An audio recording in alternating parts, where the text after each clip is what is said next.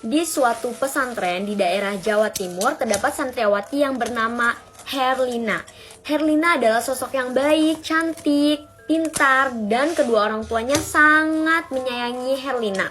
Tapi dia ini sering ngerasa dikucilkan sama teman-temannya, ngerasa nggak dianggap sama temennya. Terus dia itu punya suatu rencana untuk mengambil cincin akik milik Pak Ustadz.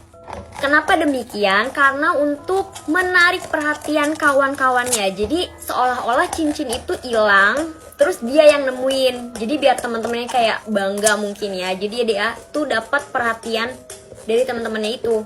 Nah, ketika malam tiba, terus dia ngerasa situasinya udah aman, dia mengendap-ngendap masuk ke dalam ruangan Ustadz tersebut.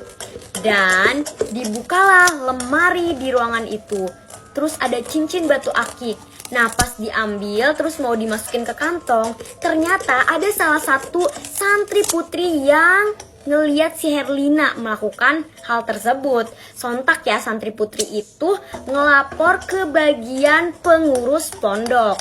Herlina dipanggil oleh pengurus pondok. Lalu pengurus pondok ini bermusyawarah dengan pengurus pondok lainnya agar memutuskan hukuman apa yang pantas diterima oleh Herlina agar kejadian ini tidak terulang lagi.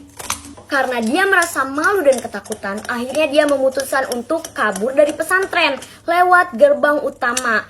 Nah, ada salah satu pengurus yang lagi nggak di ruangan musyawarah, terus mergokin si Herlina tuh kabur.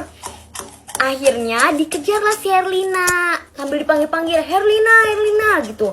Tapi si Herlina ini makin kencang larinya.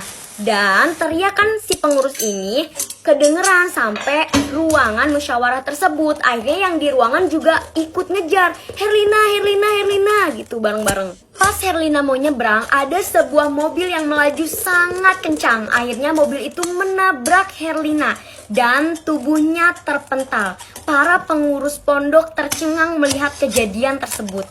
Lalu dia dilarikan ke rumah sakit dan pihak pondok menghubungi orang tuanya. Nah, Herlina pas di rumah sakit ini dalam keadaan koma. Dan yang menemani Herlina ini hanya bapaknya karena konon katanya ibunya sudah pulang ke rahmatullah. Singkat cerita, bapaknya pergi ke pesantren untuk meminta maaf kepada pihak pesantren dan mengambil barang-barang Herlina. Dan pihak pesantren menjawab bahwa mereka sudah memaafkan Herlina. Pas keluar area pesantren, ada sekelompok santri putri yang menatap ke bapaknya Herlina ini dengan tatapan sinis. Gimana sih kalau misalnya lagi viral-viralnya di pesantren terus banyak yang ngomongin,